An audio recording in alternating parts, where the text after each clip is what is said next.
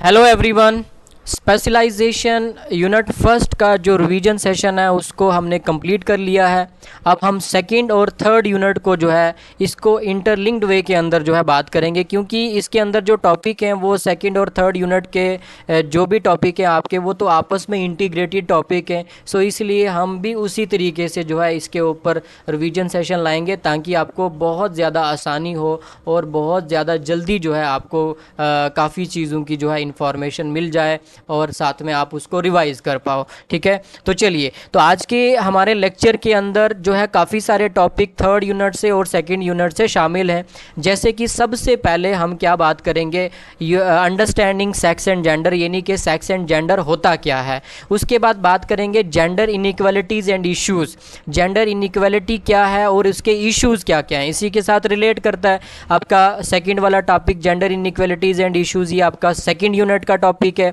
Understanding sex and gender ये आपका third unit का टॉपिक है। फिर उसके बाद इसी जेंडर इनइक्वालिटीज़ एंड इश्यूज़ के अंदर जो है इसी के बाद हम बात करेंगे फीमेल फैटिसाइड एज अ इशू। ठीक है, ये भी तो है आपका एक इशू है। ठीक है, तो ये आपका थर्ड यूनिट के अंदर शामिल है। फिर उसके बाद फीमेल इन्फेंटिसाइड की बात करेंगे एज अ सोशल इशू, जो आपका थर्ड यूनिट के अंदर शामिल है। फिर उसके बाद सेक्सुअल डिवीजन ऑफ लेबर, जो आपका थर्ड यूनिट के अंदर शामिल है, इसके ऊपर बात करेंगे। उसके बाद जेंडर लॉज, जो आपके gender laws and human right, जो आपका सेकंड यूनिट के अंदर शामिल है, इसके ऊपर बात करेंगे। एंड आपका जो वुमेन राइट्स है, so gender laws and women rights आपके दोनों एक ही हैं, तो उसके ऊपर जो है हम डिस्कस करेंगे। एंड ह्यूमन राइट्स यानी कि कौन कौन सी इंटरनेशनल कम्युनिटी जो है, इंटरनेशनल कम्युनिटी में कौन कौन सी ऑर्गेनाइजेशन जो है वो जो है वुमेन राइट्स के लिए जो है वो काम कर रही है। सो इसको भी जो है डिस्कस किया जाएगा आज के लेक्चर के अंदर। काफ़ी ज़्यादा इंपॉर्टेंट लेक्चर है ये। सो इस लेक्चर से आपको बहुत ज़्यादा इन्फॉर्मेशन जो है वो मिलने वाली है, और इसकी डिटेल इन्फॉर्मेशन के लिए आप जो है मेरी बुक को फॉलो कर सकते हैं। और आपको जो है इन शॉर्ट अगर इन्फॉर्मेशन जो है इन शॉर्ट अगर आपको इन्फॉर्मेशन लेनी है, इंस्टेंटली इन्फॉर्मेशन जो है आपको लेनी है, तो उसके बाद एमसीक्यूज़ करने हैं, तो आप इसी लेक्चर को फॉलो कर सकते हैं। देन उसके बाद एमसीक्यूज़ पे जाएं और वहाँ पे जो है आप अपना जो है परफॉर्मेंस है उसको दें वहाँ पे जा करके। चलिए, सबसे पहले बात करते हैं understanding the concept of sex and gender, यानी कि सेक्स एंड जेंडर कॉन्सेप्ट क्या है। सबसे पहले समझेंगे सेक्स कॉन्सेप्ट को समझेंगे।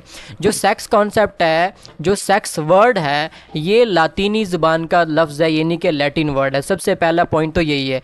तो लैटिन वर्ड कौन सा, सेक्सस से जो है आपका सेक्स निकला हुआ है। ठीक है, the word sex is derived from the Latin word sexus. ठीक है, जिसका मतलब क्या होता है, state of being male or female or sexual division. ठीक है, जिसका मतलब क्या है, state of being male or female, या तो हम उसको मस्कुलाइन पावर के साथ या फीमाइन पावर के साथ जोड़ते हैं, यानी कि सेक्सुअल डिवीजन करते हैं। ठीक है, उसके बाद ये जो वर्ड सेक्सस है, ये कहाँ से जो है निकला हुआ है, तो ये वर्ड सेक्सस जो है ये डिराइव्ड हुआ है स्वैक्स से। ठीक है, और स्वैक्स का जो ताल्लुक है वो आपका प्रोटो इंडो यूरोपियन रूट के साथ है, यानी कि इसकी जो जड़ें हैं स्वैक्स की, आप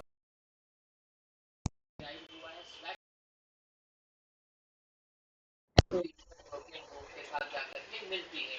जिसका मतलब क्या होता है स्वैक्स का मतलब है signifying to cut or to divide, वही आपका सेक्सुअल डिवीजन। अगर हम ऑक्सफोर्ड इंग्लिश, ये जो सेक्स वर्ड है इसकी शाखें हमको ओल्ड फ्रेंच के साथ भी देखने को मिलती है। ऑक्सफोर्ड इंग्लिश डिक्शनरी जो सेक्स वर्ड है इसको रेफर करती है किसके साथ, जेनिटल के साथ। तो ये कुछ इंपॉर्टेंट पॉइंट्स हैं सेक्स के रिगार्डिंग जो आपको याद करने हैं। Refer to anatomical and physiological differences. ठीक है, और साथ में ऑक्सफोर्ड इंग्लिश डिक्शनरी ये भी रेफर करती है कि ये एक एनाटॉमिकल और फिजियोलॉजिकल डिफरेंस है जो डिफाइन करता है मेल को और फीमेल। सिंपल सी बात है। उसके बाद कॉन्सेप्ट ऑफ जेंडर क्या है। कॉन्सेप्ट ऑफ जेंडर जो है सबसे पहले बात करेंगे कि ये लफ्ज कहाँ से निकला। The word gender is derived from the Sam, यानी कि लैटिन वर्ड, ये भी लातीनी जुबान का लफ्ज है, यानी कि जीनस से निकला हुआ वर्ड जेंडर है। The word gender is derived from the word word gender is derived from the term genus, जिसका मतलब है kind or a type, sort or a race। तो आपको ये चारों पॉइंट याद रखने हैं, kind, type, sort और race। ठीक है, coined by sexologist John Money in 1955 to describe human characteristics। ठीक है, coined by sexologist John Money in 1955 to describe human characteristics। तो इन्होंने क्या फाइंड किया था, इन्होंने gender role as a concept को फाइंड किया था। क्या किया था? Gender role as a concept को फाइंड किया था। यहाँ पे मैं लिख देता हूँ, gender role as a concept को इन्होंने क्या किया था, पहली बार फाइंड किया था 1955 के अंदर इन्होंने ह्यूमन कैरेक्टरिस्टिक्स को जो है वो क्या किया था, डिफाइन किया था। और अपना जो आर्टिकल है वो साइंटिफिक जर्नल के अंदर जो है वो पब्लिश किया था। एन ओक्ले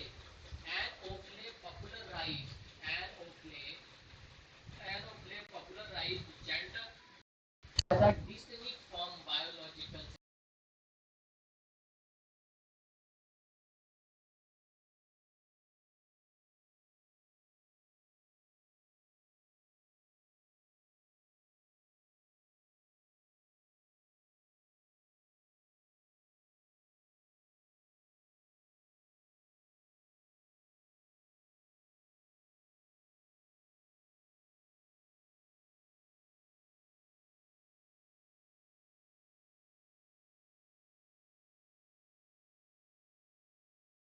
फ्रॉम बायोलॉजिकल सेक्स, यानी कि ये बायोलॉजिकल सेक्स से अलग है।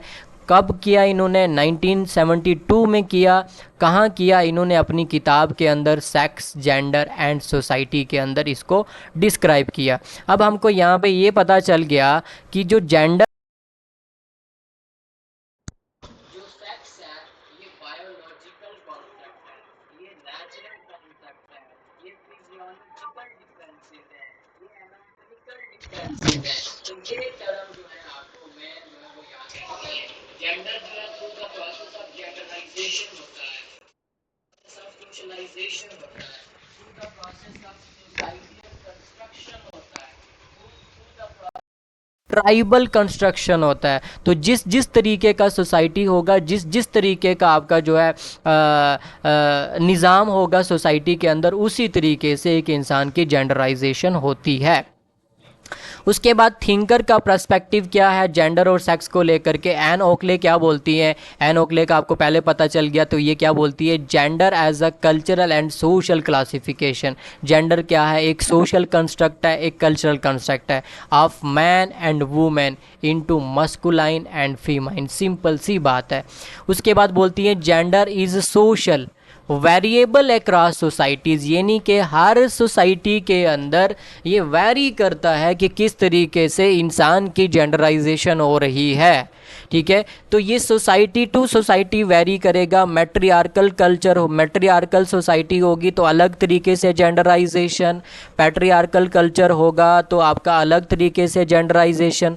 सो जहाँ पे जिस आपके जेंडर को, जिस सेक्स को ज़्यादा प्रायोरिटी मिलेगी, सो उसी तरीके से जेंडर एज अ रोल आपके उस सोसाइटी के अंदर जो है आपकी सोशलाइजेशन, आपकी कंस्ट्रक्शन जो है वो करी जाएगी। आपकी जेंडर एज अ आइडेंटिटी आपके जो है समाज के अंदर बना दी जाएगी। एंड हैज़, और इन्होंने ये बोला कि and has no biological origin, gender का कोई भी बायोलॉजिकल ओरिजिन नहीं है ये, बल्कि ये क्या है? एक मैन मेड कॉन्सेप्ट है, एक सोशल कंस्ट्रक्ट है, एक कल्चरल कॉन्स्ट्रक्ट है। The connection between sex and gender is not natural. ठीक है, तो ये सीधा सीधा सवाल भी आ सकता है कि किसने बोला सेक्स और जेंडर का जो कनेक्शन है ये नेचुरल नहीं है? तो एन ओकले ने। In western culture traditional roles of housewife and mother sports patriarchal society. तो कहते हैं कि ये आपका इस तरीके से आपका जो है वो स्ट्रक्चर बना दिया गया सोसाइटी का कि एक पैट्रियार्कल समाज के अंदर वो जो आपकी औरत है वो automatically as a housewife, automatically as a mother, automatically as a sister जो है वो एक रोल प्ले कर रही है। ये ट्रेडिशनल रोल उसको दे दिए गए हैं कि ये तुम्हारे रोल हैं, तो आपको तुम्हें जो है वो एक 4 वॉल के अंदर रह करके इन रोल्स को प्ले करना है। शिमोन डी बीवर की बात करते हैं तो शिमोन डी बीवर का सबसे बड़ी बात कि इन्होंने किताब लिखी है and that book name is the second sex, the second sex. और क्वेश्चन ये भी आता है कि अदर सेक्स की बात कौन करता है, तो अदर सेक्स की बात कौन करता है, शिमोन डी बीवर। ठीक है, और शिमोन डी बीवर की एक इम्पॉर्टेंट जो है आपकी कोटेशन है वो बोलती है one is not born a woman but rather become a woman. औरत पैदा नहीं होती, औरत बनाई जाती है। ठीक है, तो ये क्या बोलती हैं, औरत पैदा नहीं होती, औरत बनाई जाती है। ठीक है, औरत कैसे बनाई जाती है, उसको बोला जाता है जब वो पैदा होती है ना, बच्ची पैदा होती है तो उसको गुड्डे गुड्डियाँ जो है लेकर के दिया जाता है, उसको घर जो है वो लेके दिया जाता है, उसको जो है झाड़ू लेके दिया जाता है, उसको बर्तन लेकर के दिए जाते हैं। सो उसकी जो आपकी सोशलाइजेशन है वो शुरू से इसी तरीके से करी जाती है कि तेरे को ना आगे शादी करके दूसरे घर जाना है। ठीक है, तो उसकी जेंडराइजेशन होती है। सो एक औरत जो है वो औरत पैदा नहीं होती, वो औरत बनाई जाती है। ठीक है, तो ये इन्होंने ये वाला कोटेशन दिया है तो याद रखेंगे। चलिए, उसके बाद gender differences place man in superior role as breadwinner. ठीक है, तो जेंडर डिफरेंसेस देखने को आपको मिलता है कि मैन को जो है सुपीरियर रोल जो है वो दिया गया है कि वो आपका जो है वो कमाने वाला है, वही जो है कमाई करने वाला है, इकॉनमी के अंदर उसी का रोल है। फाइनेंशियल क्राइसिस होगा तो वही देखेगा। ठीक है, जो भी चीज़ें होंगी ब्रेड विनर जो है वो वही है। ठीक है, लग्जरियस लाइफ प्रोवाइड करने वाला वही है। सो आपको उसके सामने झुकना पड़ेगा। पोजीशनिंग वुमेन एज सबऑर्डिनेट, और आपको उस ब्रेड विनर के साथ, क्योंकि आपको तो रोटी की तलाश है ना, आपको तो लग्जरियस लाइफ की तलाश है, तो आपको जो है आपके अंदर डिज़ायर है। सो आपने अगर अपने डिज़ायर को पूरा करना है तो ब्रेड विनर के साथ आपको सबऑर्डिनेट पोजीशन के ऊपर रह करके काम करना पड़ेगा। जो वो बोलेगा तो आपको वो करना पड़ेगा, जिस तरीके से कहेगा उसी तरीके से आपको जो है काम को अंजाम देना पड़ेगा। ठीक है, तो ये आपका सुपीरियरिटी और इन्फीरियरिटी यानी कि मेन पोजीशन और सबऑर्डिनेट पोजीशन जो है ये डिक्लेयर करी गई है by the Simone de Beauvoir के जेंडर के अंदर और सेक्स के अंदर। इस तरीके से आपके ये मसले होते हैं। उसके बाद women are often seen as the other sex की बात कौन करता है, तो याद रखना Simone de Beauvoir and outsider in a masculine civilisation. और सबसे बड़ी बात शिमोन डी बीवर ये बोलती हैं कि जो आपकी सिविलाइजेशन है ये हमको मस्कुलाइन इन नेचर देखने को मिलती है। अब थोड़ा जल्दी बात करते हैं। शिमोन डी बीवर जो है इनके नाम से एक प्राइज़ है। ठीक है, women freedom prize for women freedom, जो आपका 2008 के अंदर जो है जिसको एस्टैब्लिश किया गया था to honour those fighting for gender inequality के लिए जो लोग काम करते हैं and opposing breaches of human right, और जो ह्यूमन राइट्स के लिए जो वुमेन ह्यूमन राइट्स के लिए जो है वो काम करते हैं। तो 2013 का जो प्राइज़ है ये अवार्ड किया गया था मलाला यूसुफजई को। और मलाला यूसुफजई कौन है, सो मलाला यूसुफजई एक पाकिस्तानी एक्टिविस्ट हैं जो जिन्होंने फ़ीमेल एजुकेशन के लिए जो है फ़ीमेल यानी कि लड़कियों की एजुकेशन के लिए काम किया था। And the youngest Nobel prize आपका ल्यूरेट यानी कि आपका जो है यंगेस्ट जो है आपकी वो ये मानी जाती हैं जिन्होंने नोबल प्राइज़ जो है वो जीता था। Advocate for human rights specially education for women and children in Pakistan. और कौन से इलाके में इन्होंने फ़ीमेल एजुकेशन को जो है प्रमोट किया, डेवलप किया, अपलिफ्ट किया, जो पख्तूनवा इलाका है, पख्तूनवा इलाका, उसके अंदर जो है इन्होंने मलाला यूसुफजई ने जो है आपका फ़ीमेल एजुकेशन के लिए काम किया। उसके बाद शुलामित फायरस्टोन, तो शुलामित फायरस्टोन रेडिकल टाइप की फेमिनिस्ट राइटर हैं और एक्टिविस्ट हैं। इन्होंने एक किताब लिखी है द डायलेक्ट्स ऑफ सेक्स। ये आर्ग्यू करती है that patriarchy exploit women biological capacity to reproduce, कि उसी के पास जो है वो कैपेसिटी मौजूद है, उसी के पास जो है वो यूट्रस है, तो वो जो है उस यूट्रस के बेसिस पे उसको बोला जाता है नहीं नहीं तुमको ही जो है बच्चा पैदा करना पड़ेगा। नहीं, तुम भी तो पैदा कर सकते हो, टेक्नोलॉजी आ गई है, यूट्रस तुम भी लगवा लो तो तुम भी पैदा कर लो। तो ये इस तरीके की रेडिकल बात करती थी, ठीक है। एडवोकेटेड फॉर यूजिंग टेक्नोलॉजी, कहती थी टेक्नोलॉजी यूज़ करो to free women from childbirth, तो लड़कियों को जो है वो फ्री करो, वो अब बच्चा पैदा नहीं करेंगी, ये बर्डन वो नहीं सह सकती, ठीक है। And breaking the biological bound, और ये तो सीधा नेचर के ऊपर इस बंदी ने अटैक कर दिया। इसने बोला कि आप बायोलॉजिकल बाउंड को भी तोड़ दो, ये जो मदर चिल्ड्रन का जो आपका मसला है ना, इसको भी छोड़ दो। अब इनको बोलो जितने भी मेल हैं इनको बोलो खुद जाओ और यूट्रस लगवाओ टेक्नोलॉजिकली, और जो है वो क्या करो, बच्चा पैदा करो, हमको अब बच्चा पैदा नहीं करना है। तो इन्होंने एक सोसाइटी भी बनाई थी अलग करके सोसाइटी, और कमाल की बात ये है कि वो सोसाइटी भी जो है टिक नहीं पाई, ठीक है। चलिए, तो आप इतनी रेडिकल स्टेटमेंट तो नहीं दे सकते ना।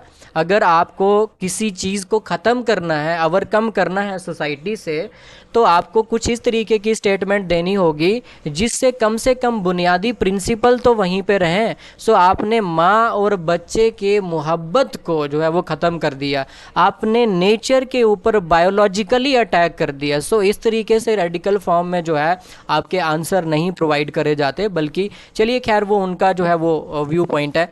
आपको सिर्फ याद रखना है कि रेडिकल फेमिनिस्ट हैं जिन्होंने ये बोला था कि भाई आप क्या करेंगे, आप बच्चा खुद पैदा करेंगे, क्योंकि आप जो है टेक्नोलॉजी आ गई है और यूट्रस लगवाओ और बच्चा पैदा करो, दैट्स इट, हमको फ्री करो। सम अप करते हैं अब इसको। The distinction between sex and gender is complex, क्योंकि आपके जो थिंकर हैं इनके बीच में लड़ाइयाँ चलती आ रही हैं और अभी भी चल रही हैं, ठीक है। सेक्स अलग है, जेंडर अलग है, कोई कहता है नहीं जी ये बायोलॉजिकल है, कोई कहता है नहीं जी ये साइकोलॉजिकल है। तो अपना अपना जो है, कोई कहता है सोशल कॉन्स्ट्रक्ट है, कोई कुछ कहता है, कोई कुछ कहता है। तो इस तरीके से ये अपनी अपनी बातें करते हैं, ठीक है। तो मेनली आपको याद रखना है जेंडर जो है ये मैन मेड कॉन्सेप्ट है, सेक्स जो है ये आपका साइकोलॉजिकल कॉन्सेप्ट है, बायोलॉजिकल कॉन्सेप्ट है, एनाटॉमिकल कॉन्सेप्ट है, ठीक है। तो इसको याद रखना, नेचुरल कॉन्सेप्ट है with ongoing debates about biological versus social influences और बायोलॉजिकल वर्सेस के ऊपर जो है आपका डिबेट चलता ही रहा। Women roles have change drastically since 1960s। तो जब ये आपकी चीज़ें होंगी, काफ़ी ज़्यादा मसले होंगे, तो वुमेन जितनी भी लड़कियां हैं वो सोचेंगी। तो 1960s के बाद जो है वुमेन रोल के अंदर जो है हमको ड्रास्टिकली जो है वो चेंज देखने को मिला। हमने फैमिली के अंदर भी देखा था कि किस तरीके से फैमिली स्ट्रक्चर जो है वो डिसऑर्गेनाइज हुआ है। तो वो डिसऑर्गेनाइज करने के पीछे फेमिनिस्ट स्कॉलर का भी काफ़ी बड़ा हाथ है। Highlighting the elastic nature of the category famine, ठीक है।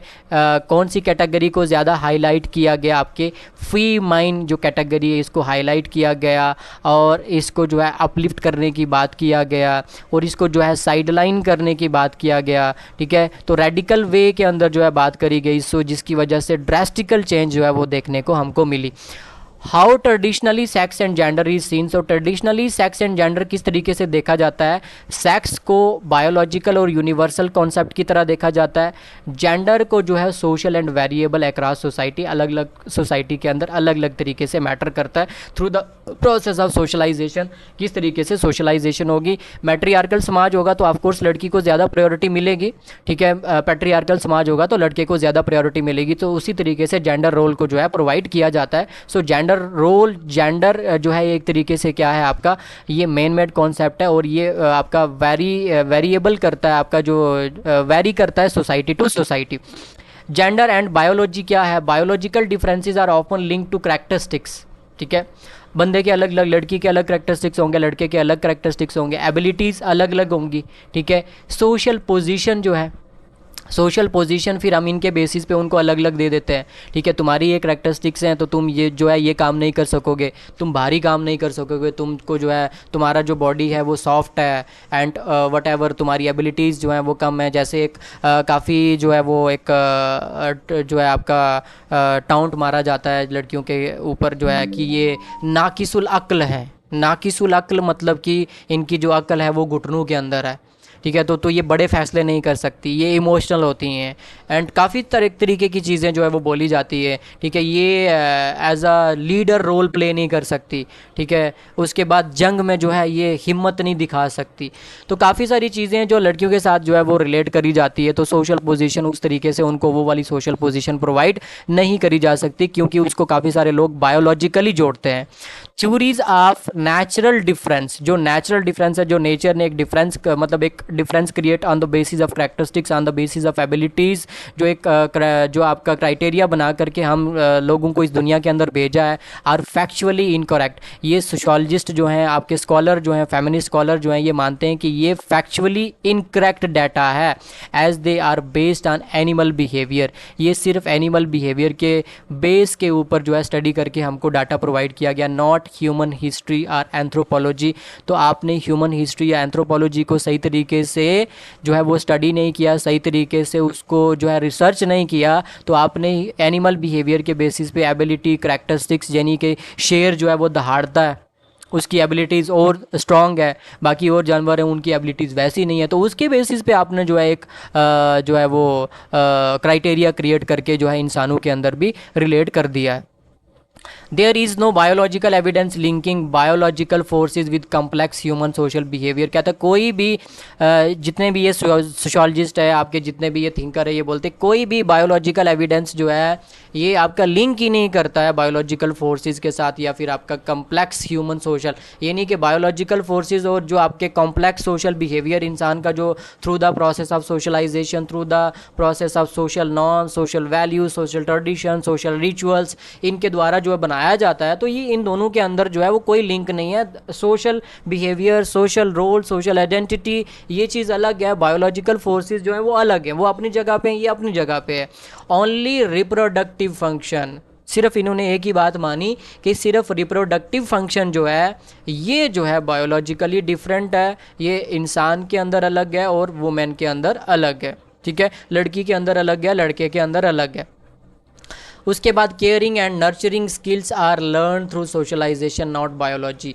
तो यानी कि यहाँ पे ये बताया जा रहा है कि जो केयर करना है, जो नर्चर करना है, इसका स्किल जो है दोनों को होना चाहिए ना। तो ये तो सोशलाइजेशन का प्रोसेस है, ये तो मियाँ को भी होना चाहिए और बीवी को भी होना चाहिए, ठीक है। हस्बैंड को भी होना चाहिए, वाइफ को भी होना चाहिए। तो ये किसने बोल दिया कि वाइफ जो है वो बच्चा पैदा करेगी तो वही पालेगी, वही जो है वो उसका डायपर चेंज करेगी, वही जो है उसको सुसु करवाएगी वगैरह वगैरह, ठीक है। तो वो तो मेल की भी जो है रिस्पॉन्सिबिलिटी है ना, उसकी भी तो अकाउंटेबिलिटी है। सो ये जो आपका स्किल्स है, nurturing skills, caring skills, maintaining skills, so ये तो आपके जो है through the process of socialisation सिखाई जाती है ना। सो ये दोनों को करना चाहिए, तो ना कि सिर्फ एक ही जो है वो आपके जेंडर को करना चाहिए, बल्कि दोनों जेंडर को म्यूचुअली अंडरस्टैंडिंग के साथ इसको करना चाहिए। तो इसके अंदर कोई भी बायोलॉजिकल कॉन्सेप्ट देखने को नहीं मिलता। हाँ, इतना है कि रिप्रोडक्टिव फंक्शन के बेसिस पे लड़की के जो है करैक्टरिस्टिक्स के अंदर, एबिलिटीज़ के अंदर जो है हमको यूट्रस देखने को मिलता है। तो यूट्रस के बेसिस पे वही जो है बच्चे को जन्म दे सकती है नेचुरली, अगर हम देखें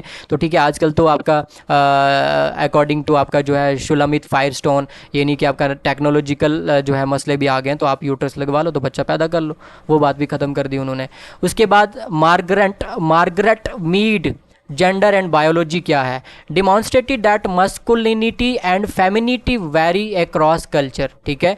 तो ये वही बात कर रहा है कि वेरिएबल है across culture, across societies, with no necessary correlation to biology. तो कोई भी इसका बायोलॉजी के साथ जो है वो कनेक्शन नहीं है, बल्कि ये society to society, masculine power, feminine power जो है ये आपका अक्रॉस सोसाइटी जो है वेरी करती है, सॉरी। उसके बाद कंटेम्प्रेरी रिसर्च क्या है, recent research shows even sex in body is not permanent and is influenced by social factor, ठीक है।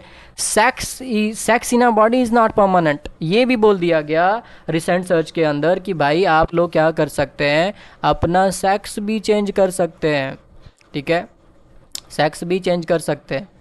सो वो भी जो है बॉडी के अंदर परमानेंट नहीं है। ये नहीं कि इस तरीके की टेक्नोलॉजी आ गई है कि आप अपना जो सेक्स जो है वो सोशल फैक्टर के प्रोसेस पे, देन उसके बाद आप जा कर के सर्जरी करवाएं, देन उसके बाद आपका जो है वो सेक्स भी चेंज हो जाएगा। Human biology is shaped by interaction with the environment and technology. Simple सी बात कर दी, ह्यूमन बायोलॉजी जो है उसको शेप किया जाता है through the process of through the process of interaction in context with environment, in context with technology. Women bodies are often shaped by social restriction and beauty norms. Women को जो है वो आपका एक लड़की को ही ब्यूटीफुल बोला जाता है और मेनली लड़की की तारीफ़ करी जाती है, बड़ी खूबसूरत दिखती हो तुम, तुम्हारे जैसा तो हमने देखा ही नहीं कभी, ज़िंदगी में नहीं देखा, ठीक है, आय हाय हाय, ठीक है। तो यही तारीफ़, ये जो आपका शुगर कोटिंग करी जाती है ना, सो यही शुगर कोटिंग ने लड़की को यहाँ तक पहुँचा दिया। सो इसी शुगर कोटिंग के ऊपर इस्लाम ने सबसे पहले हाथ रखा था कि ये शुगर कोटिंग नहीं होगी, ठीक है। तो जो चीज़ें 1400 साल पहले प्रॉफिट ऑफ इस्लाम यानी कि हज़रत मोहम्मद सल्लल्लाहु अलैहि वसल्लम ने बोल दी थी, वो आज ये आपके जो फेमिनिस्ट स्कॉलर हैं, जो फेमिनिस्ट राइटर हैं, जो फेमिनिस्ट थिंकर हैं, ये कर रहे हैं, ठीक है। तो वो सोशल रिस्ट्रिक्शन, वो ब्यूटी नाम्स जो है उसके बेसिस पे, यानी कि अगर आप साबुन का ऐड देखें, अगर आप साबुन देखेंगे ना, साबुन देखेंगे तो साबुन के ऊपर लड़की की तस्वीर, जूते देखेंगे ना आप, जूते के ऊपर लड़की की तस्वीर देखने को मिलती है, वो लड़की का जैसा जो है वो आपका जो है सिंबल देखने को मिलता है जो लड़की को पसंद है, ठीक है। बैग देखेंगे तो लड़की की तस्वीर है, कॉपी देखेंगे तो जो है ब्यूटीफुल लड़की की तस्वीर। तो हर तरीके से जो है एक आपका ब्यूटिफिकेशन करी गई है, ठीक है, ब्यूटिफिकेशन करी गई है कि लड़की ही ब्यूटीफुल होती है, ठीक है। तो वो आपका तारीफ शुगर कोटिंग जो है वो कर करके तो आपका जो है इस सिचुएशन तक लड़की को पहुंचा दिया है। चलिए, उसके बाद जेंडर सोशलाइजेशन, जेंडर की सोशलाइजेशन कैसे होगी उसके ऊपर हम ऊपर बात कर चुके हैं कि gender socialisation involve teaching children to behave according to societal gender norms. जिस तरीके के आपके जेंडर नॉर्म्स ट्रेडिशन आपका जो वैल्यू सिस्टम होगा उसी तरीके से आपको बिहेव करना पड़ेगा। Gendering involves both reward and punishment, ठीक है। अब आपको किसी जगह पे जो है सीवियर पनिशमेंट मिल सकता है, किसी जगह पे सीवियर पनिशमेंट नहीं मिल सकता। जैसे फोक वेज के अंदर है तो आपको सीवियर पनिशमेंट नहीं मिलेगा, आपके मूर्स का है तो मूर्स जो है मॉरल नॉर्म्स हैं तो आपको वहाँ पे सीवियर पनिशमेंट मिल सकता है, ठीक है। तो वो वैरी करता है किस तरीके का नॉर्म्स है, किस तरीके का ट्रेडिशन है, किस तरीके का रिचुअल्स है, किस तरीके का आपका स्पेसिफिक सोसाइटी का कल स्ट्रक्चरल सिस्टम है, तो उसके बेसिस पे आपको जो है पनिशमेंट और रिवॉर्ड मिल सकता है। उसके बाद gender roles and stereotypes are different across society and culture, simple सी बात है।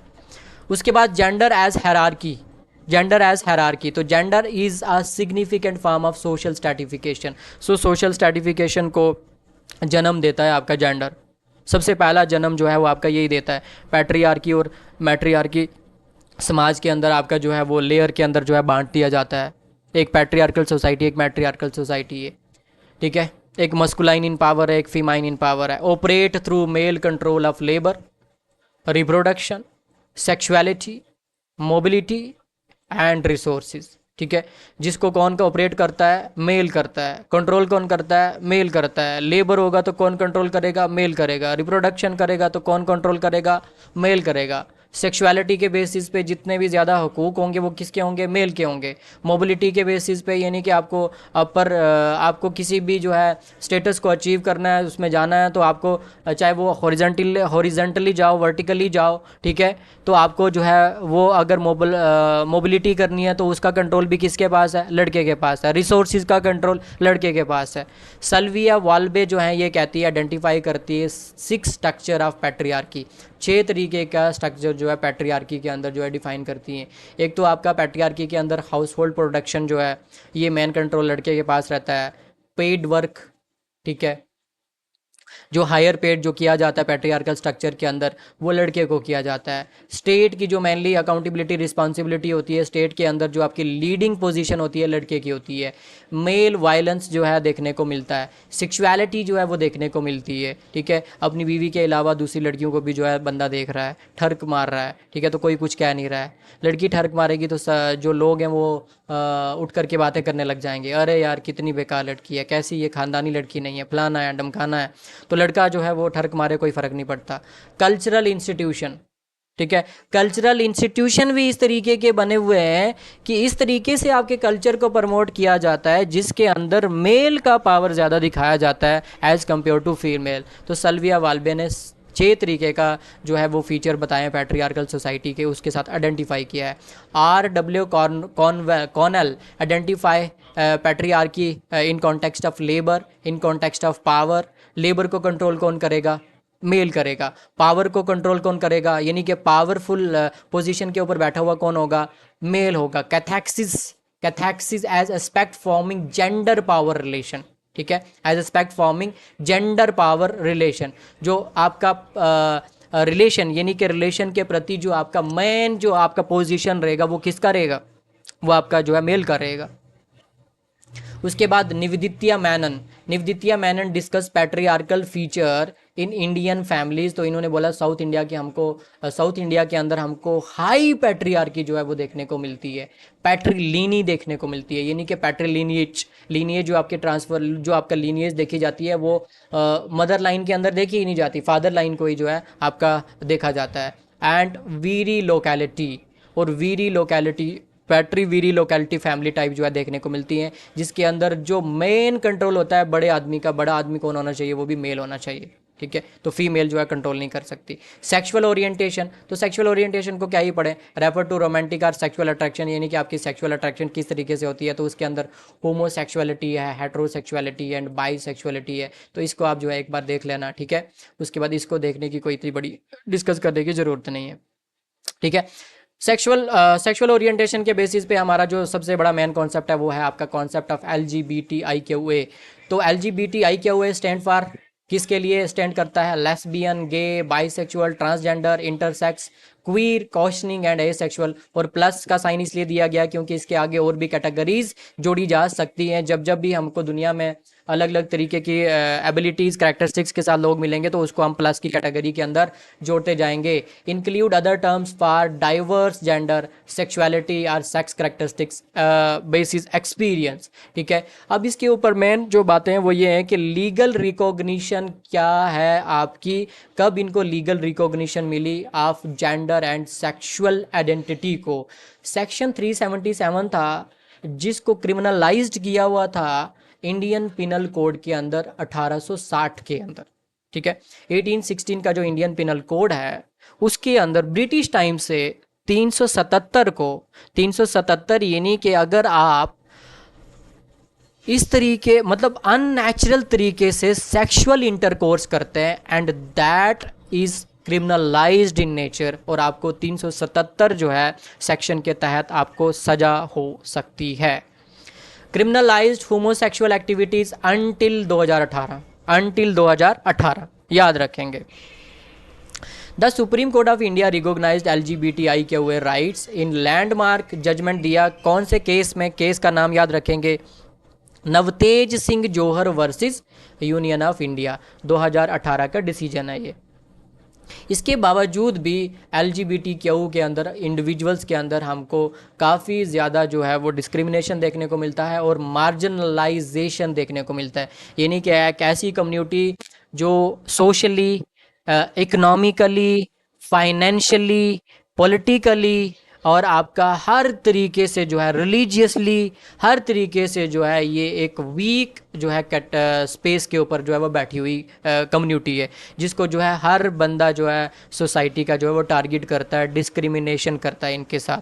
सो article 14 of the Indian constitution के अंदर बोल दिया गया है irrespective of caste, irrespective of colour, irrespective of creed, ठीक है, सेक्स, इन बेसिस पे आप जो है किसी के साथ डिस्क्रिमिनेशन नहीं कर सकते। यानी कि article 14 of the Indian constitution का जो है हर दिन जो है इन लोगों के कॉन्टेक्स्ट में हम क्या करते हैं, वायलेशन करते हैं और कोई कुछ नहीं करता, ठीक है। चलिए, history of recognition of LGBTI क्या हुआ इन इंडिया, तो 1861 का है इंडियन पिनल कोड, ठीक है। आई थिंक शायद मैंने गलत बोल दिया वहाँ पे। तो सेक्शन 377 क्रिमिनलाइज्ड होमोसेक्सुअल एक्टिविटीज़ को जो है वो क्रिमिनलाइज्ड किया, यानी कि आप अपने सेम सेक्स के साथ, ठीक है, वो क्या नहीं कर सकते, आप इंटरकोर्स नहीं कर सकते, अननेचुरल है ये, ठीक है। 1977 में शकुंतला देवी ने एक स्टडी किया किसके ऊपर, ऑन होमोसेक्सुअलिटी इन इंडिया, और होमोसेक्सुअलिटी इन इंडिया करके इन्होंने अपनी किताब भी छापी। उसके बाद 1994 वोटिंग राइट्स जो हैं ये ग्रांट किए गए ट्रांसजेंडर इंडिविजुअल को। याद रखेंगे 1994 के अंदर वोटिंग राइट इनको ग्रांट किए गए। ठीक है, तो वैसे तो हमारे कॉन्स्टिट्यूशन का फीचर है कि यूनिवर्सल अडल्ट फ्रेंचाइज का आइडिया, यानी कि जो भी 18 साल से अबोव है उसको वोट देने का हक है। लेकिन इन लोगों को वोटिंग राइट हमने 1994 के अंदर दिए, यानी कि इनको एक्सक्लूड करके रखा हुआ था हमने। ठीक है, तो चलिए और हम बात करते हैं इक्वलिटी की। चलिए 2014 के अंदर Supreme Court recognise transgender people as third gender, और 2014 के अंदर जो है इनको तीसरी कैटेगरी का जेंडर भी डिक्लेयर कर दिया गया इंडिया के अंदर। 2017 के अंदर Supreme Court protected sexual orientation under the right to privacy, के इनका ये राइट टू प्राइवेसी का मामला है, वो जिसके साथ मर्जी इंटरकोर्स करें, आपको कोई लेना देना नहीं है। 2018 के अंदर डिस्क्रिमिनलाइजेशन ऑफ कंसेंसुअल होमोसेक्सुअल एक्टिविटीज़। ठीक है, डीक्रिमिनलाइजेशन यानी कि जो आपका क्रिमिनलाइजेशन पहले करा हुआ था उसको 2018 के अंदर सुप्रीम कोर्ट ऑफ इंडिया ने अपनी ही जजमेंट को दोबारा से ओवरसीड किया और बोला, पहले सुप्रीम कोर्ट ऑफ इंडिया ने बोला कि ये क्रिमिनलाइजेशन है, आप जो है वो इस तरीके से इंटरकोर्स नहीं कर सकते, लेकिन 2018 के अंदर अपनी ही जजमेंट को जो है सुप्रीम कोर्ट ऑफ इंडिया ने जो है ओवरसीड किया और उसको डीक्रिमिनलाइजेशन करके और कंसेंसुअल होमोसेक्सुअल एक्टिविटीज़ को जो है वो परमिट किया, इजाज़त दे दी। 2019 के अंदर क्या हुआ, enactment of the transgender person protection of right act जो है बनाया गया by the government of India, by the legislature, by the parliamentarian. Challenges faced by LGBTQ communities in India, तो social discrimination in work place, housing, health care, हर जगह इनको discrimination देखने को मिलता है। अंडर रिप्रेजेंटेशन इन मीडिया, कोई representation नहीं है मीडिया के अंदर, पॉलिटिक्स के अंदर नहीं है, गवर्नेंस के अंदर नहीं है। Victims of hate crimes affecting physical and mental wellbeing. ठीक है, फिजिकल टॉर्चर, मेंटल टॉर्चर जो है इनको करा जाता है, तो इसके काफ़ी सारे विक्टिम जो है देखने को मिलते हैं, इसके काफ़ी सारे केसेस देखने को मिलते हैं। रूरल LGBTQI जो है इंडिविजुअल्स, इनकी कोई बात ही करने के लिए नहीं है। Face suppression due to lack of exposure, उनको कोई एक्सपोजर ही नहीं मिलता जिसकी वजह से वो बात ही नहीं कर सकते। Homelessness among LGBTIQA+ youth due to family rejection. ठीक है, फैमिली की रिजेक्शन के बाद इनको जो है होमलेसनेस कर दिया जाता है, घरों से बाहर निकाल दिया जाता है कि जाओ अपनी मर्ज़ी के साथ जहाँ तुमको रहना है उस तरीके से रहो, हमको कोई जो है वो फ़िक्र नहीं है तुम्हारी। ठीक है, अब इनके ऊपर हमने कौन कौन से स्टेप जो है वो लिए। सपोर्टिव पॉलिसीज़ जो है हमको जो है हमने बनाई, and laws to protect LGBTQ rights, जैसे ऊपर मैंने बात करी, आपके प्रोटेक्शन ऑफ राइट्स की बात करी। बेटर पेरेंटिंग टू एम्ब्रेस, जो पेरेंट्स हैं उनको जो है अवेयर करा कि भाई आप लोग जो है इन बच्चों को जो है अपनी आइडेंटिटीज़ के साथ जो है इनको अपनाएं, ये आपके ही बच्चे हैं, बेशक आपके अलग जेंडर के अंदर अगर ये पैदा हो गए हैं तो इनकी जो है कैटेगरीज जो एबिलिटीज़, इनकी करैक्टरिस्टिक्स अलग है, तो आप हैं तो आप ही के पेट से जो है जन्म लिया है इन्होंने, तो आप इनको अपनाएं, ये आपकी खून है, आपकी औलाद है। ठीक है, तो आप इनको घरों से बाहर मत निकालें। तो creating open forums for LGBTQ youth interaction के लिए जो है वो ओपन फोरम जो है वो क्रिएट करेंगे, इंडिया के अंदर भी क्रिएट करेंगे। एंड गैलेक्सीज, सैमसंग के गैलेक्सीज जो आपका मोबाइल फ़ोन है सैमसंग जो आपका बनाता है, तो गैलेक्सीज़ के द्वारा भी आपका गैलेक्सीज प्लेटफॉर्म करके जो है वो बनाया गया LGBTQ की बात करने के लिए। Moving from special to equal treatment for LGBTQ+ individuals. ठीक है, स्पेशल टू इक्वल ट्रीटमेंट की तरफ जो है हम इनको लेकर के गए, from special to equal treatment. ठीक है, फॉर LGBTQ कि इनको भी जो है इक्वलिटी का हक है, इनको भी आर्टिकल 14 के अंदर जो है हक है, ये उनका राइट है, फंडामेंटल राइट है being a citizen of India. So अगर आप all the citizens, to ensure all the citizens of India की बात करते तो to ensure all the citizens of India के अंदर क्या ये नहीं आते, क्या ये कोई अलग स्पीशीज़ हैं क्या? Promoting inclusivity and acceptance in society, और सबसे बड़ी बात कि सोसाइटी के अंदर इनको जो है हमको जो है वो इंक्लूड करना है, इनको जो है एक्सेप्ट करना है, ये हमारे ही भाई बंधु लोग हैं और इनको हमको जो है उनकी आइडेंटिटी के साथ जो है वो एक्सेप्ट करना है। उसके बाद अगला कॉन्सेप्ट है जेंडर इनइक्वालिटी, जो आपका सेकंड यूनिट से है। डेफिनेशन क्या है? जेंडर इनइक्वालिटी, इनइक्वालिटी सिंपल सी बात है, इनइक्वालिटी किसके ऊपर बेस होती है? अनइक्वल और अनजस्ट डिस्ट्रीब्यूशन। किस बात का? रिसोर्सेज का। और किस बात का? अपॉर्चुनिटीज़ का। किसके बीच में? सोसाइटी के मेंबर के बीच में। कौन से सोसाइटी के मेंबर? मेल और female. Gender inequality is discrimination based on sex and gender, जो ऊपर हम सेक्स एंड जेंडर की बात कर चुके हैं। Causing one sex or gender to be routinely privileged over another, एक जो है वो सुपीरियर, एक इन्फीरियर। अगर मैट्रियार्कल सोसाइटी होगा तो लड़की सुपीरियर, लड़का इन्फीरियर। पैट्रियार्कल सोसाइटी होगा तो लड़का सुपीरियर, लड़की इन्फीरियर। तो वो वैरी करता है सोसाइटी टू सोसाइटी। तो इसके लिए जो है क्या क्या मेन जो है वो काजिज़ हैं, तो वो हमको जानना ज़रूरी है। सबसे बड़ी बात पैट्रियार्कल सिस्टम है हमारी सोसाइटी का। आपकी शिमोन डी बीवर जो है वो बोलती है कि मस्कुलाइन इन नेचर, ये नहीं कि पैट्रियार्की हमको आज से नहीं बल्कि ये हिस्टोरिकली सिविलाइजेशन के अंदर देखने को मिलती है, ठीक है। तो फेमस कोटेशन है आपकी सेल्विया वाल्बे की, patriarchy is a system where man dominate oppress and exploit women, ठीक है। तो लड़का जो है वो डोमिनेट पोजीशन के ऊपर है, ऑपरेशन करता है, एक्सप्लॉइट करता है, किसका? वुमेन का। रिलीजियस बिलीफ जैसे कि Manusmriti and various other religious beliefs, ठीक है, in Christianity, in Buddhism, in Hinduism, in Islam, in Judaism, in Zoroastrianism, है ना। तो अगर आपका रिलीजन ने किसी और तरीके से किसी और कॉन्टेक्स्ट में बात करिए तो आगे जो आपके इंटरप्रिटेशन करने वाले लोग हैं, स्कॉलर लोग हैं, तो उन्होंने इस तरीके से इंटरप्रेट किया उसको कि लड़की को जो है वो एक इन्फीरियर जोन के अंदर रख दिया और लड़के को सुपीरियर जोन के ऊपर रख दिया। Women should be under male custody throughout their lives never asserting independence, ठीक है। तो उसको जो है चार दीवारी करके जो है 4 वॉल के अंदर रख दिया। ये नहीं कि मनुस्मृति के अंदर मेन कोटेशन ये आता है कि लड़की जो है हमेशा जो है वो लड़के की कस्टडी के अंदर ही रहेगी। अगर वो बेटी है तो बाप की कस्टडी के अंदर, बीवी है तो हस्बैंड की कस्टडी के अंदर, अगर उसके बाद बीवी होने के बाद अगर वो विधवा है तो विधवा होने के बाद बेटे की कस्टडी के अंदर, अगर वो बूढ़ी हो जाएगी तो बूढ़ी होने के बाद बेटे की कस्टडी के अंदर, अगर बेटा नहीं है तो फिर आपका आगे पोते की कस्टडी के अंदर। तो मेल की कस्टडी, मेनली मेल की कस्टडी के अंदर ही उसको रहना पड़ेगा। उसको किसी भी सरकमस्टेंसेस के अंदर, मनुस्मृति में ये बात करी गई है कि किसी भी सरकमस्टेंसेस के अंदर लड़की को इंडिपेंडेंट तौर के ऊपर कोई भी स्पेस जो है वो दिया नहीं जाएगा। उसके बाद ट्रेडिशन एंड नॉर्म्स, तो मनुस्मृति का एग्जांपल हमने यहाँ पे इसलिए लिया क्योंकि हमारा जो इंडियन कल्चर है मेनली हमको यहाँ पे आर्यन समाज जो है शुरू से देखने को मिलता है। हमारी जो सिविलाइजेशन है, इंडिया की जो सिविलाइजेशन है वो आपका वैदिक सोसाइटी से जो है वो शुरू होती है। सो इस्लाम, क्रिश्चियनिटी, जुडाइज़म, बुद्धिज़्म भी आपका शुरू पहले से ही है। तो ये बाद में जो है आपके रिलीजन इंडिया के अंदर आते हैं। तो मेनली आपका जो कल्चर, आपका जो इंडिया का एक इंडियन कल्चर स्टार्ट होता है तो आपका वो इंडस वैली सिविलाइजेशन से एंड बाद में आपका वैदिक सिविलाइजेशन से स्टार्ट होता है। तो जिसके अंदर मनुस्मृति को जो है बहुत ज़्यादा जो है वो प्रेफरेंस दी जाती है। सो मनुस्मृति का एग्जाम्पल इसलिए रिलीजियस बिलीफ के रिगार्डिंग यहाँ पे रखा गया है। So tradition and norms, patriarchy confines female to household roles, ठीक है।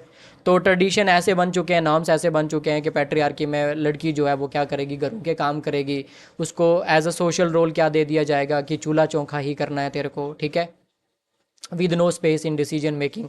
यानी कि पॉलिटिकल डिसीजन या कोई भी आपका ज़मीन का डिसीजन लेना हो, पॉलिटिकल डिसीजन लेना हो, बच्चे की एजुकेशन का डिसीजन लेना हो, मार्केट से कोई बहुत बढ़िया जो है वो आपका फर्नीचर ख़रीदना हो या कुछ और। आजकल तो वैसे आपका काफ़ी ज़्यादा स्पेस है, प्रोवाइड है, लड़की चली जाती है आपका उसमें क्या बोलते हैं पार्लर के अंदर, तो लड़का बेचारा बाहर बैठ करके पागल हो जाता है। फिर उसके बाद जो है वो लीपा पोती करके आती है, तो वो लीपा पोती करके फिर वो लड़का खुद ही देख के डर जाता है, ओहो ये मेरी बीवी है। काफ़ी देर सोचता है वो, अभी मैं आपके सामने नहीं हूँ ना, नहीं तो मैं आपको फेशियल एक्सप्रेशन करके बताता। तो वो सोचता है कि मेरी बीवी है यार, ये कैसे हो सकता है, ये तो इतनी सुंदर नहीं थी। तो वो इतनी लीपा पोती जो है कर लेती है वो, ठीक है। तो आजकल तो खैर अलग ही तरीके के चौंचले हैं, ठीक है। Social cultural conditioning of women, तो लड़की की कंडीशनिंग भी इसी तरीके से होती है, सोशली उसकी सोशलाइजेशन इसी तरीके से होती है कि तुमको सब ऑर्डिनेट पोजीशन को एक्सेप्ट करना है। Women accept subordinate position, ठीक है, due to continued social cultural conditioning. कि भाई साहब इसीलिए तो देखो ना आपके सबसे ज़्यादा झगड़े किसके अंदर होते हैं? सास और बहू के बीच में। सास भी कभी बहू थी, सास भी कभी बहू थी। और जिस सास भी कभी बहू थी तो वो आजकल वो चांदनी चौक पे 2014 के अंदर जो था वो प्रोटेस्ट कर रही थी सिलेंडर लेकर के, सिलेंडर आंटी। और वही सिलेंडर आंटी जब आपकी चाइल्ड एंड डेवलपमेंट की जो मिनिस्टर बनती है तो कोई काम नहीं करती है। वो सिलेंडर आंटी के जो है मुंह से कोई भी शब्द नहीं निकलता है। सिलेंडर जो है वो आपके इतना महंगा हो जाता है। तो वो सिलेंडर आंटी जब 400 450 का हुआ था 2014 के अंदर, तो वो सिलेंडर आंटी जो थी चांदनी चौक में सिलेंडर पीट रही थी। सास भी कभी बहू थी। तो याद आ गया होगा आपको मैं किसकी बात कर रहा हूँ। Extreme poverty and lack of education, सबसे बड़ी बात कि एक्सट्रीम पॉवर्टी और लैक ऑफ एजुकेशन देखने को मिलता है।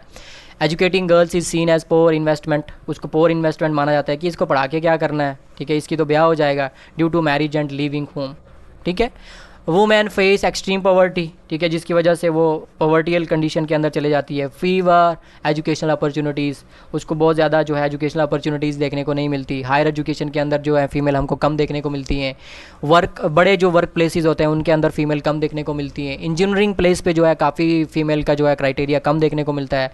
प्रॉपर्टी ओनरशिप के अंदर जो है उनका हिस्सा कम है, ठीक है, काफ़ी जगह हमको देखने को मिलता ही नहीं है। काफ़ी लॉज बना करके बाद में जो है इक्वल प्रॉपर्टी का जो है वो शेयर किया गया। यूनेस्को जो है ये क्या बोलता है कि gender based education inequalities are determined by poverty, isolation, minority status, disability, early marriage, pregnancy and gender based violence. तो यूनेस्को इन बेसिस पे जो है जेंडर इनइक्वालिटी को एड्रेस करता है। पॉवर्टी के, आइसोलेशन के बेसिस पे, माइनॉरिटी स्टेटस के बेसिस पे, डिसेबिलिटी के बेसिस पे, अर्ली मैरिज के बेसिस पे, प्रेगनेंसी के बेसिस पे, जेंडर बेस्ड वायलेंस के बेसिस पे। Low income countries have law gender gap in schooling, ठीक है, जो गरीब कंट्री हैं तो वहाँ पे और ज़्यादा जेंडर गैप देखने को मिलता है, वहाँ पे और ही ज़्यादा लड़कियों के ऊपर जो है तशद्दुद किया जाता है। With 78% of girl enrolled in primary school and 31% in secondary school, ठीक है। तो कितना कम जो है आपका क्राइटेरिया है। 78% प्राइमरी स्कूल के अंदर उनका इनरोलमेंट होता है और बाद में देखो सेकेंडरी स्कूल के अंदर जाते जाते तो ब्याह करा दिया जाता है ना, कि बड़ी हो गई है ब्याह करा दो। और ठीक है भाई ब्याह करा दो आप, लेकिन ब्याह कराने के बाद भी तो बंदा पढ़ सकता है, ठीक है। तो ऐसा नहीं है कि शादी नहीं करनी चाहिए। सो शादी is the part of life, ठीक है, वो अहम हिस्सा है। सोशल स्टेबिलिटी मेंटेन करती है, मेंटल स्टेबिलिटी जो है प्रोवाइड करती है, सेक्सुअल स्टेबिलिटी प्रोवाइड करती है। तो शादी होनी चाहिए, निकाह में जो है वो आपकी बरकतें होती है।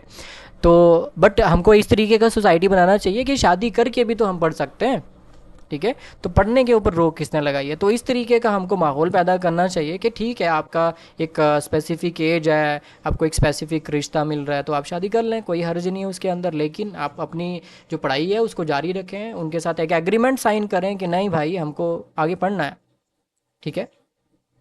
चलिए, main issues of gender inequalities in India, less education, female literacy rate जो है 65% जो है देखने को मिलता है कंपेयर टू 81% मेल के साथ, ठीक है।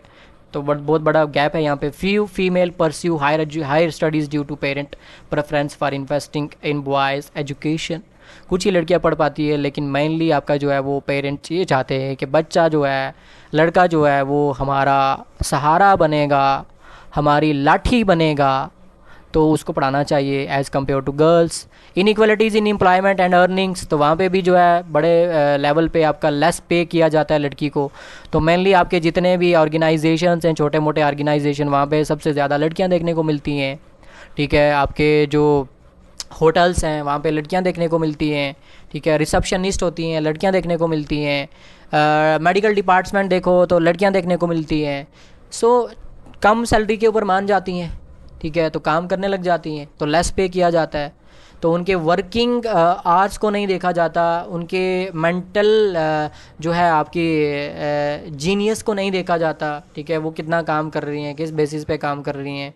बस अब वो भी खुश, छोटा मोटा सैलरी मिल जाता है उनको, तो वो जो है आजकल के हिसाब से उनका जो है वो लीपापोती हो जाता है, ठीक है। तो लीपापोती करने के लिए उनको वो सैलरी इनफ है, तो वो भी खुश, तो ऑर्गेनाइजेशन का काम भी चल रहा है। Wish to have a male child, तो बच्चा ही जो है वो आपका मेल बच्चा जो है वही पैदा करना है सबको, तो सेक्स रेशो कम होगा ही होगा, तो वो तो भाड़ में ही जाएगा ना। एक्सप्लॉइटेशन ऑफ वुमेन, लड़कियों का एक्सप्लॉइटेशन होता है, ठीक है। क्राइम्स जो है वो काफ़ी ज़्यादा देखने को मिलते हैं, dowry, death, rape, abuse, domestic violence, ठीक है। उसके बाद फीमेल फैटिसाइड एंड इनफेटिसाइड, ये भी एक सोशल इश्यूज़ है, ठीक है, सोसाइटी के अंदर। डेफिनेशन क्या है? Female foeticide, selective abortion of female features, ठीक है। तो आप क्या करते हैं? अबॉर्शन करवा देते हैं। तो अबॉर्शन करना आपके लिए क्या है? हानिकारक है, सजा हो सकती है आपको। Infanticide, deliberate killing and newborn female infants का जो है वो डेलिब्रेटली किलिंग कर देना, न्यूबॉर्न्स बेबी का किलिंग कर देना। Prevalence and causes in India, son preference, dowry system, gender inequality. सबसे पहली बात कि लड़का चाहिए तुमको, दूसरी बात कि डावरी देनी पड़ेगी। तो अगर लड़की को जो है अगर आप पालेंगे पोसेंगे तो इसकी शादी करानी पड़ेगी, तो फाइनेंशियल बर्डन जो है, इस फाइनेंशियल बर्डन को ख़त्म करो ना, लड़की को क्यों ख़त्म कर रहे हो? सो आप आर्टिकल 21 का वायलेशन कर रहे हो, ठीक है, आप आर्टिकल 21 का वायलेशन कर रहे हो, पर्सनल लाइफ का, ठीक है, आप उसका right to life and personal liberty का वायलेशन कर रहे हो। आप उसकी ज़िंदगी छीन करके जो है उसके फंडामेंटल राइट का वायलेशन कर रहे हो। Limited enforcement of laws against sex selective abortion, ठीक है, जो आपका लॉज हैं भी हैं तो उनका इन्फोर्समेंट जो है वो स्ट्रिक्ट तौर पे नहीं किया जा सकता, और साथ में लिमिटेड हैं, तो जिसके बेसिस पे आपका ये सेक्स सेलेक्टिव अबॉर्शन जो है वो देखने को मिलता है। Accessibility of parental diagnostic technologies for sex determination, ठीक है, तो काफ़ी सारे क्लिनिक खुल चुके हैं, तो डॉक्टर जो हैं उनको पैसा चाहिए, तो डॉक्टर पैसा के लिए कुछ भी करते हैं। तो हम ह्यूमन ही एक्चुअली में गलत हैं, तो हमको सुधरने की ज़रूरत है। तो लॉज तभी काम करते हैं, लॉज एक्चुअली में जानवरों के लिए होते हैं, ठीक है। हाँ, आप सिविलाइज्ड खुद हो जाओ तो लॉज की ज़रूरत ही नहीं पड़ेगी। लॉज के अंदर तो जानवरों को रखा जाता है, ठीक है, स्टैचूट्स, लॉज, एग्रीमेंट्स। अरे यार आप मॉरल हो जाओ ना, आप इंसान बन जाओ। तो फरिश्ते से बेहतर है इंसान बनना, मगर इसमें लगती है मेहनत ज़्यादा। तो आप अगर अच्छे हो जाएंगे, आप सही हो जाएंगे, अपने रिलीजन को सही तरीके से फॉलो करेंगे, अपने ट्रेडिशन को सही तरीके से फॉलो करेंगे, और ट्रेडिशन में वो वाली चीज़ों को फॉलो नहीं करेंगे जिनकी वजह से डिस्क्रिमिनेशन, इनइक्वालिटीज़ पैदा होती है। तो जो आपकी सही चीज़ें हैं उनको अडॉप्ट कर लेंगे, जो आपकी गलत चीज़ें ट्रेडिशनली आ रही हैं उनको साइडलाइन कर देंगे, तो एक मॉरल आदमी बन जाएंगे, एक सिविलाइज्ड आदमी बन जाएंगे। तो आई थिंक सोसाइटी के अंदर तो लॉज की ज़रूरत ही नहीं पड़ेगी। तो स्ट्रिक्ट लॉज की क्या ज़रूरत पड़ेगी फिर? Effort to combat female foeticide infanticide, तो कॉम्प्रिहेंसिव स्ट्रैटेजीज़ जो हैं उसकी ज़रूरत है। एड्रेसिंग कल्चरल एटीट्यूड्स को जो है चेंज करने की ज़रूरत है। वुमेन राइट्स के ऊपर बात करने की ज़रूरत है। वुमेन एजुकेशन की बात करने की ज़रूरत है। हेल्थ केयर की बात करने की ज़रूरत है, और स्पेशली मेल को जो है फ़ीमेल के प्रति एजुकेट करने की ज़रूरत है कि आप इनको इंसान समझें। लड़की जो है ये जब आती है दुनिया के अंदर तो 10 रहमतें लेकर के आती है अकॉर्डिंग टू इस्लाम, ठीक है, और एंड वेरियस अदर रिलीजन जो है उनको देवी माना जाता है, ठीक है। हिंदुइज़्म के अंदर लड़की को देवी माना जाता है, उसको एक जो है गॉडेस का जो है वो रुतबा दिया गया है। तो आप कम से कम अगर लॉ को फॉलो नहीं कर रहे हो तो कम से कम रिलीजियस प्रैक्टिसिंग को ही फॉलो कर लो, ठीक है। एंड लॉ इन्फोर्समेंट, और सबसे बड़ी बात है कि लॉ इन्फोर्समेंट की ज़रूरत है स्ट्रिक्टली तौर पे। Raising awareness and promoting gender equality are crucial, और सबसे बड़ी बात है कि सेमिनार और ये सब चीज़ें होनी चाहिए, और ऑनलाइन जो है आपका जो है अवेयरनेस फैलानी चाहिए। उसके बाद घर टू डोर जो है आपकी कंपेन चलानी चाहिए, और लड़कियों के जो ये आपका जो दुर्व्यवहार उनके साथ हो रहा है तो उसको जो है लोगों को उसके प्रति अवेयर करना चाहिए कि आप ऐसा मत करें, उनके राइट्स को प्रमोट करने की ज़रूरत है, ठीक है। तो ये सारी चीज़ें जो है फीमेल फैटिसाइड और इनफेटिसाइड को दूर कर सकती है। अब कुछ important data gender inequality in India के रिगार्डिंग 2011 के रिगार्डिंग अगर हम देखें तो child sex ratio 0 to 6 year अगर हम देखें तो 919 देखने को मिलती है, डाउन फ्राम 927 इन 2001, ठीक है। ओवरऑल सेक्स रेशियो अगर हम देखें तो इम्प्रूव्ड फ्राम 933 2001 के अंदर टू 943 देखने को मिली हमको 2011 के अंदर। फीमेल लिटरेसी रेट 65.46% देखने को मिला, मेल लिटरेसी रेट 82.14% देखने को मिला, और ये फैक्चुअल इन्फॉर्मेशन है, ये आ सकती है तो ये आपको याद रखनी है। Current data regarding gender inequality, United Nation development programme यानी कि UNDP 2023 के अंदर इंडिया रैंक किया गया 122 नंबर के ऊपर। कितने कंट्रीज़ के बीच में? 199 कंट्री के बीच में इंडिया का रैंक आया 122 in the gender inequality index. तो ये काफ़ी इंपॉर्टेंट इंपॉर्टेंट फैक्ट है, याद रखना है, विद अ स्कोर 0.490। तो स्कोर अगर स्कोर जो है वो याद रखें या ना याद रखें कोई फ़र्क नहीं पड़ता, लेकिन इंडिया का कितना नंबर आया है जेंडर इनइक्वालिटी इंडेक्स में ये याद रखना ज़रूरी है। ऑक्सफम इंडिया डिस्क्रिमिनेशन रिपोर्ट 2023 की, women spend up to 6 times more on domestic chores than man, यानी कि लड़की जो है वो 6 टाइम्स ज़्यादा काम करती है एज़ कम्पेयर टू मेल। ठीक है, तो डोमेस्टिक काम्स जो हैं, डोमेस्टिक जो जितने भी आपके घरेलू काम हैं, तो घरेलू काम जो है लड़की 6 टाइम जो है वो ज़्यादा करती है एज़ कम्पेयर टू मेल। तो ये रिपोर्ट 2023 की रिपोर्ट है, ऑक्सफम इंडियन डिस्क्रिमिनेशन रिपोर्ट है। उसके बाद GGG global gender gap report 2023 काफ़ी इंपॉर्टेंट है। ग्लोबल जेंडर गैप स्कोर जो है ओवरऑल आपका 68.4% है, इम्प्रूवमेंट देखने को मिली आपको 0.3%। ठीक है, फुल जेंडर पैरिटी प्रोजेक्ट किया गया कि लगभग 131 साल यानी कि 1 सदी और 31 साल प्लस 31 साल लग जाएंगे आपको ये जेंडर पैरिटी को अचीव करने में, जेंडर इक्वालिटी को अचीव करने में। टॉप रैंकिंग कंट्रीज़ इसके अंदर आपको याद रखनी है, काफ़ी इंपॉर्टेंट फैक्ट हैं जो टॉप का रैंकिंग कंट्रीज़। आइसलैंड है, इसका नंबर कितना है, ठीक है, नंबर याद रख पाए ना कोई जो मतलब आपका वो क्या बोलते हैं उसका ज़रूरत नहीं है, लेकिन कंट्री का नाम याद रखेंगे और इतना याद रखेंगे कि हायर नंबर पे कौन है और लोअर नंबर पे कौन है। नॉर्वे जो है 87.9%, Finland 86.3%, Sweden 81.5%। Health and survival gender gap closed by 96%। Health and survival के अंदर जो है हमने कम से कम जो है काफ़ी ज़्यादा जो है अचीवमेंट कर लिया है globally. Political empowerment gender gap report तो यहाँ पे कम देखने को मिलता है, 22.1% प्रोजेक्टेड टू क्लोज लगभग 162 साल लग जाएंगे। तो आपको ये कितने साल लग जाएंगे कितने साल नहीं लग जाएंगे ये ज़रूरी नहीं आपके लिए, तो कितना है तो वो आपको जो है ओवरऑल पता होना चाहिए। Educational attainment gender gap closed 95.2%। Economic participation अगर हम देखेंगे अपॉर्चुनिटी जेंडर गैप तो 60.1%। ठीक है, उसके बाद इंडिया का परफॉर्मेंस अगर हम देखेंगे GG के अंदर तो इंडिया का रैंक क्या है आपका, इम्प्रूव्ड फ्राम 135 रैंक आया था 2022 के अंदर और टू 127 आया था आउट ऑफ 146 कंट्रीज़। ठीक है, इम्प्रूव फ्राम 135 रैंक 2022 से हम 135 रैंक 2022 से हम कहाँ पहुँच गए हैं 127 के अंदर। ठीक है, यानी कि हम थोड़ा सा कम हुए हैं। ठीक है, 146 कंट्रीज़ के बीच में क्लोज 64.3%। दैट इज़ इम्पॉर्टेंट, याद रखना है। नेबर कंट्रीज़ का हाल क्या है, पाकिस्तान का क्या हाल है तो 142 नंबर पे है। बांग्लादेश का हाल क्या है तो बांग्लादेश बेहतर है, ज़बरदस्त है, ठीक है, जिंदाबाद है। ठीक है, चाइना का हाल क्या है तो चाइना भी जो है बेहतर है, चाइना ज़बरदस्त है। ठीक है, नेपाल का हाल क्या है तो नेपाल भी हमसे बेहतर है। श्रीलंका का हाल क्या है तो श्रीलंका भी हमसे बेहतर है। भूटान का हाल क्या है तो भूटान भी हमसे बेहतर है। अगर हमसे कोई बेहतर नहीं है तो वो कौन नहीं है जिसकी हम हर दिन मीडिया के ऊपर बात करते हैं, पाकिस्तान ने ये कर दिया, पाकिस्तान ने वो कर दिया, पाकिस्तान के अंदर ये खाया जाता है, पाकिस्तान के अंदर ये खाया जाता है। ठीक है, तो एक आपकी पार्टी है रूलिंग पार्टी, तो वो पाकिस्तान का नाम लेने के बजाय बात ही नहीं कर सकती, पाकिस्तान के नाम पे ही जो है उसकी वोटिंग होती है। तो अब आप जो है एक ऐसी कंट्री के साथ अपने आप को कंपेयर करेंगे जो एक तरीके से भीख मांग करके अभी जो है गुजारा चला रही है, तो आप क्या ही जो है compete करेंगे। आप उन कंट्रीज़ के साथ क्यों नहीं जो है कंपेयर करते अपने आप को जो कंट्री जो है बढ़ चुकी हैं जैसे कि USA। आप ऐसी कंट्री के साथ अपने आप को क्यों कंपेयर कर रहे हैं जिसके साथ आपका कंपैरिजन बनता ही नहीं है। ठीक है, हमने पाकिस्तान को चने चुगवा दिए, हमने ये कर दिया, अरे यार छोटी मोटी कंट्री है, तुम इतना बड़ा देश हो।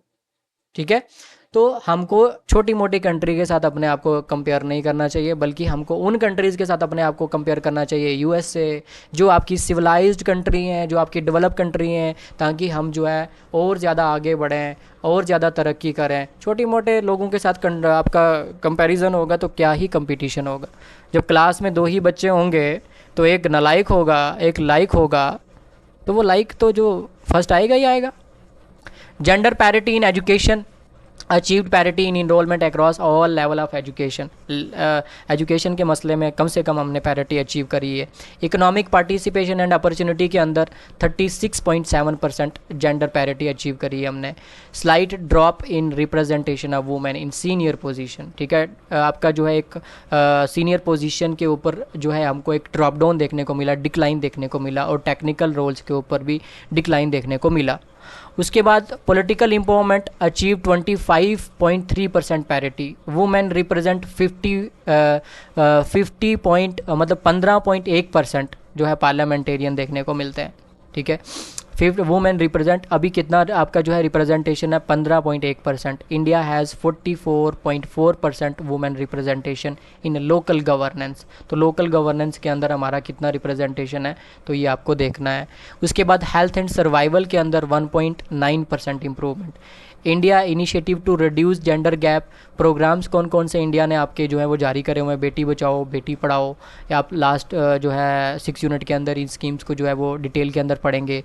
महिला शक्ति केंद्र, महिला पुलिस वॉलंटियर, राष्ट्रीय महिला कोष, सुकन्या समृद्धि योजना, female entrepreneurship initiatives, stand up India, महिला हाथ, ESSDP, Kasturba Gandhi Balika Vidyalaya, political reservation 74th और 73rd and 74th amendment act के साथ 33% seat in Panchayati Raj institution and municipalities के अंदर भी 74th अमेंडमेंट के तहत capacity building of elected women representative इन लोकसभा, ठीक है। तो आपका जो है ये आपके प्रोग्राम्स जो है वो चलाए गए, ठीक है। चलिए, तो इस लेक्चर को यहीं पे स्टॉप करते हैं क्योंकि फिर काफ़ी लंबा हो जाएगा। तो और उसके बाद फिर जो है नेक्स्ट लेक्चर को जो है आज ही मैं जो है आपका रिकॉर्ड करके डाल देता हूँ, ठीक है। चलिए।